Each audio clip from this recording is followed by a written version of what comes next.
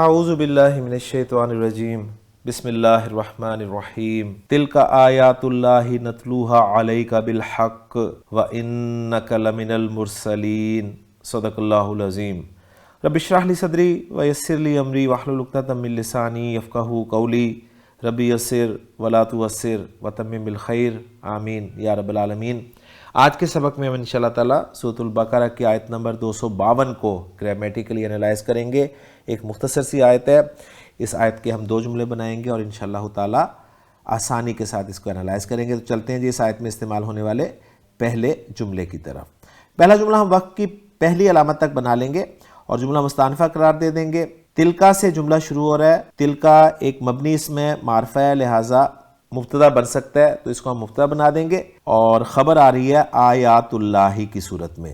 آیات اللہ مضاف مضاف الیہ کا مجموعہ ہے۔ اب آپ کو پتہ چل گیا ہوگا کہ تلکا کا اس میں اشارہ کیوں استعمال کیا گیا ہے۔ غیر عاقل کی جمع کے لیے اشارہ واحد مؤنث سے استعمال ہوتا ہے، تو تلکا آیات اللہ یہ اللہ کی آیات ہیں۔ اس کے بعد آگے آ رہا ہے نتلوہا علیک بالحق۔ نتلو یہ فعل مضارع کا صیغہ ہے۔ اب آپ کہیں گے جی فعل مضارع آپ نے کہا تھا کہ آخر میں حرکت ہوتی ہے ماضی اور مضارع میں، تو یہاں تو حرکت ہے نہیں، تو یہ غیر صحیح فعل جو استعمال ہوتا ہے اور خاص طور پہ ناقص، اس کے حوالے سے آپ کو پوائنٹ ذہن میں رہنا چاہیے کہ اگر آخری حرف واو یا یا ہے تو وہ ساکن نظر آئے آپ کو، تو مطلب یہ ہے کہ اس میں تعلیلات کے قواعد جو ہیں وہ اپلائی ہوئے ہیں۔ تو تا لام واو مادہ ہے، اس کا پہلے بھی ہم کر چکے ہیں بہت دفعہ، ایک مرتبہ پھر اسکرین پہ دیکھ لیں۔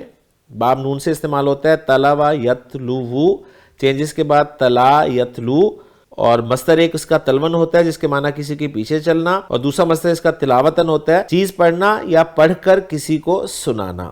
اور مزید خان صاحب نے انفارمیشن دی ہے اس کے بارے میں کہ اصطلاحاً یہ لفظ اللہ تعالیٰ کی کتابوں کے پڑھنے کے لیے مخصوص ہے۔ بہرحال نتلو جمع متکلم کا صیغہ ہے، نحن ضمیر مرفوع متصل اس کا فاعل ہے، 100% جو اس کے اندر چھپی ہوتی ہے۔ ہا کی ضمیر جو ہے ضمیر منصوب متصل، یہ مفعول بہ ہے جو کہ آیات کی طرف لوٹ رہی ہے۔ آگے علیہ کا جار مجرور کا مجموعہ ہے، یہ متعلق ہو جائے گا نتلو فعل کے، اور بالحق یہ بھی جار مجرور کا مجموعہ ہے، اس کو بھی متعلق قرار دیا جا سکتا ہے نتلو فعل کے، لیکن گرامر والوں نے اس کو حال قرار دیا ہے، یا تو نتلو کے فاعل کے ساتھ یا اس کے مفعول کے ساتھ یا پھر علیہ میں جو مجرور ہے اس کے ساتھ، اور سب سے قریب پھر یہ کاف ضمیر جو ہے مجرور معرفہ وہی بن رہی ہے تو اس کا ایسے حال قرار دیا جا سکتا ہے۔ تو بہرحال یہ ساری پاسبلٹیز یہاں پر موجود ہیں۔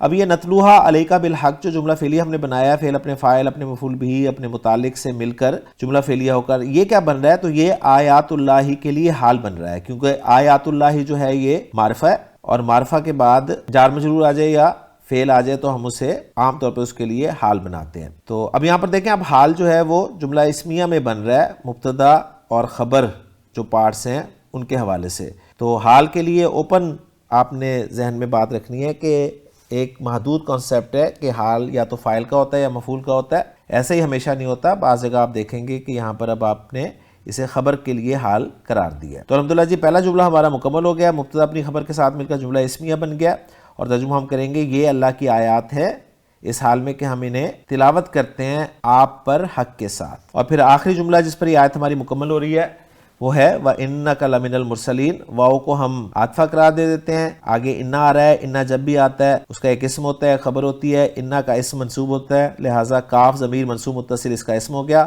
اور جو خبر ہے وہ جار مجرور کے طور پر آ رہی ہے جس پہ لام تاکید کا داخل کیا گیا ہے جسے لام مزالقہ کہا جاتا ہے، اور جو خبر ہے جار مجرور من المرسلین اس میں من حرف جر ہے، اور المرسلین جو ہے یہ مجرور ہے، اور المرسلین جو ہے المرسل کی جمع ہے، اور المرسل یہ اسم مفعول کا صیغہ ہے، ارسلہ یرسلو ارسالن باب فعل سے، یعنی ارسلہ یرسلو ارسالن کے معنی ہوتے ہیں بھیجنا، تو مرسل کہتے ہیں بھیجنے والے کو، اور مرسل جس کو بھیجا جائے، تو گویا رسولوں کے معنی میں یہاں پر استعمال ہوا ہے۔ انا اپنے اسم اور خبر کے ساتھ مل کر جملہ اسمیہ ہو جائے گا، اور ترجمہ کریں گے اور بے شک آپ رسولوں میں سے ہیں۔ تو الحمدللہ جی آیت نمبر 252 ہماری مکمل ہو گئی ہے۔ اتھینٹک ترجمہ بھی دیکھتے چلتے ہیں اس آیت کا۔ تلک آیات اللہ نتلوہا علیک بالحق، یہ اللہ کی آیات ہیں، ہم انہیں حق کے ساتھ تجھ پر پڑھتے ہیں، وَإِنَّكَ لَمِنَ الْمُرْسَلِينَ، اور بلا شبہ تو یقیناً رسولوں میں سے ہے۔ انشاءاللہ تعالیٰ اگلے لیکچر میں ہم اگلی آیت کے ساتھ آپ سے ملاقات کریں گے، لیکن یہاں آپ کی دلچسپی کے لیے بات بتاتا چلوں کہ دوسرا پارہ یہاں پر ہمارا الحمدللہ مکمل ہو گیا ہے۔ انشاءاللہ تعالیٰ اگلے لیکچر میں جو آیت ہم پڑھیں گے وہ تیسرے پارے کی پہلی آیت ہوگی۔ تو الحمدللہ جی اللہ تعالیٰ کا احسان ہے کہ 2 پارے جو ہیں ہمارے مکمل ہو گئے ہیں اور سورۃ البقرہ بھی مکمل نہیں ہوئی۔ تو انشاءاللہ تعالیٰ اگلے لیکچر میں ملتے ہیں جی۔ سبحانک اللہم و بحمدک، اشہد ان لا الہ الا انت، استغفرک و اتوب الیک۔